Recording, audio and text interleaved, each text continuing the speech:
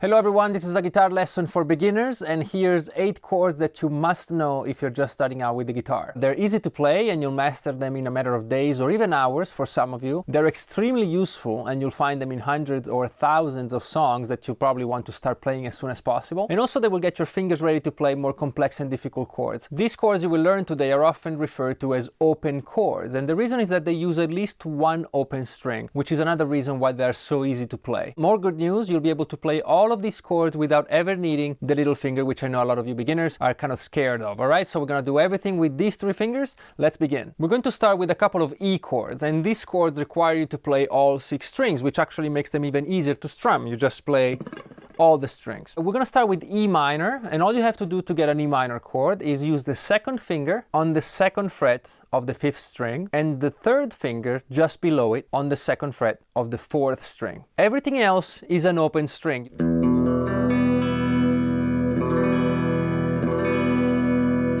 Sounds a little sad, and this chord has a happier little brother, which we find by simply adding this 1st finger on the 1st fret of the 3rd string, and now we get E major.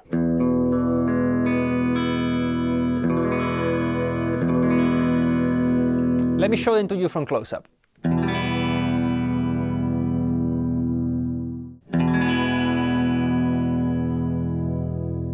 Now, if we take the E major chord you just learned and move it down 1 string, we'll find another extremely common chord, which is called A minor. And it's basically the same thing, but we only play 5 strings. So the 6th string we don't play at all.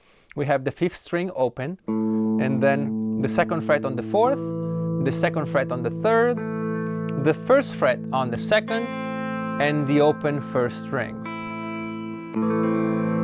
This is A minor, and because it's a minor chord, it sounds a little sad. If we want to make it happier, we just raise this 1st fret here to the 2nd fret. We have to shuffle the fingers around a bit to do it, and we find A major.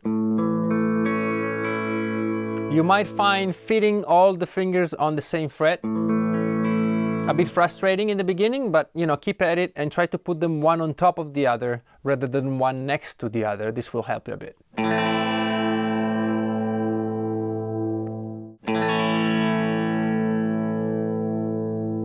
If we keep moving down the strings, now we get to the Ds, and for the Ds we only need 4 strings. And the first one we look at is called D major. The 4th string is open, and then we have the 1st finger on the 2nd fret of the 3rd string, the 3rd finger on the 3rd fret of the 2nd, and the 2nd finger on the 2nd fret of the 1st.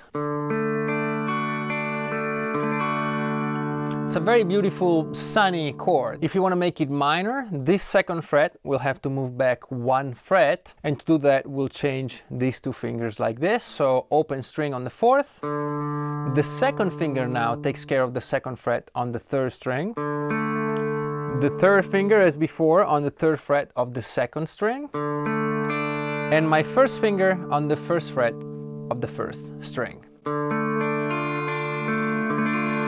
And you get that minor sound. Let's see it from close-up.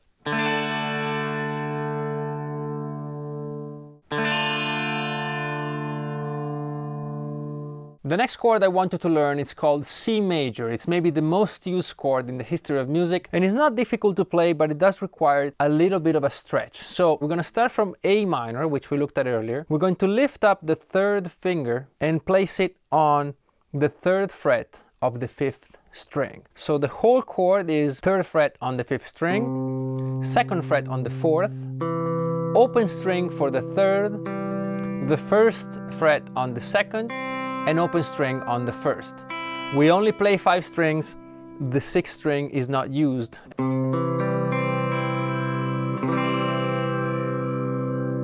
This is C major. And the last chord I will teach you today is called G major. It requires again 6 strings, and it looks kind of impressive, but it's really easy to play. And you start with the 2nd finger on the 3rd fret of the 6th string. Then you play with the 1st finger, the 2nd fret on the 5th string. And then we have 3 open strings, the 4th, the 3rd, and the 2nd. And finally, the 3rd finger on the 3rd fret of the 1st string. kind of happy and bright, and here it is from close-up. Learning the 8 open chords that I showed you in today's video is a fundamental step in your development as a guitarist, so take your time with them and study them very, very well. They will come in handy for improving your control on the guitar, but also in thousands of songs, and they will pave the way for more complex chords such as the bar chords. If you're having trouble with bar chords, this video here, I think, will be of great help. I hope you enjoyed today's video. If you did, maybe give it a like. If you haven't joined us yet, please consider subscribing, and as always, keep your comments coming below. Thank you very much as always for being there, and I'll see you very soon.